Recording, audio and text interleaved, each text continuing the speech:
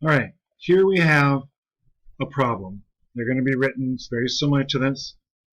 20 milliliters of 0.01 molar HCl. We're going to use our basic general formula. CAVA equals CbVb. We've seen this hydrochloric acid and sodium hydroxide balanced reaction many times, 1-to-1. And so I've written the variables over here. Let's start lining them up. 20 milliliters of HCl. So that means that's our volume.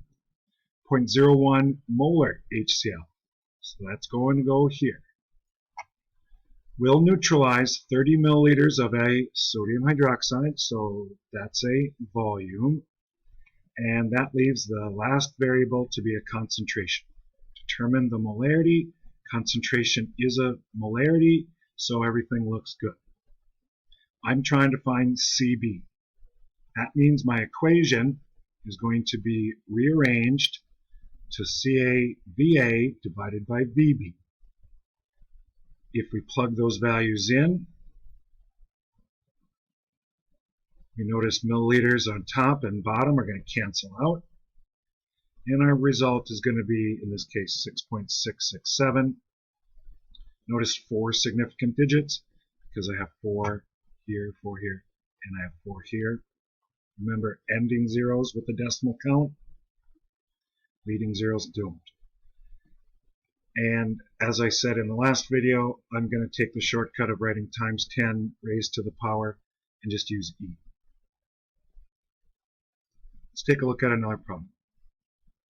20 milliliters of 0.10 molar calcium hydroxide is required to neutralize 12 milliliters of hydrochloric acid. What's the molarity of the acid? Well, let's take a look at our balanced reaction.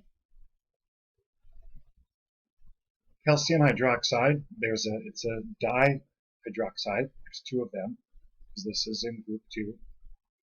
And that means we're going to need 2 hydrochloric acids to balance our reaction. This is going to be a 2-to-1 ratio or 1-to-2, depending upon how you put it. Here's our balanced reaction. Here's our base reaction, and there's our variables listed. Okay, so let's see. We're trying to find the molarity of the HCl. That's Ca. So I've rearranged my equation to find Ca. Where do these go? 20 milliliters. That was our volume of base. 0.1. That's our concentration of base. 12 milliliters is the volume of the acid. And that leaves us question mark Ca. So I'm going to start with my calcium hydroxide. To get that, concentration of base times volume of base. And I divide by the volume of the acid, in this case 12 milliliters.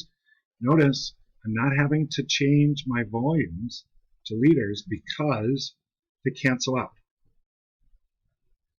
When I do that, I also need to consider that since this is moles of CaOH2, I have a 2-to-1 ratio, because my coefficient is 2 here. I want to cancel my calcium hydroxide diagonally, so that goes in the bottom. And I'm going to get this value. Notice I had 2 significant digits here, so I'm going to report my answer to 2 significant digits. This is an example of doing one of these titration calculations when it's not 1-to-1. You're still going to use this base equation, rearrange it for whatever you need to do, and then apply the ratio afterwards. Now you need to keep track.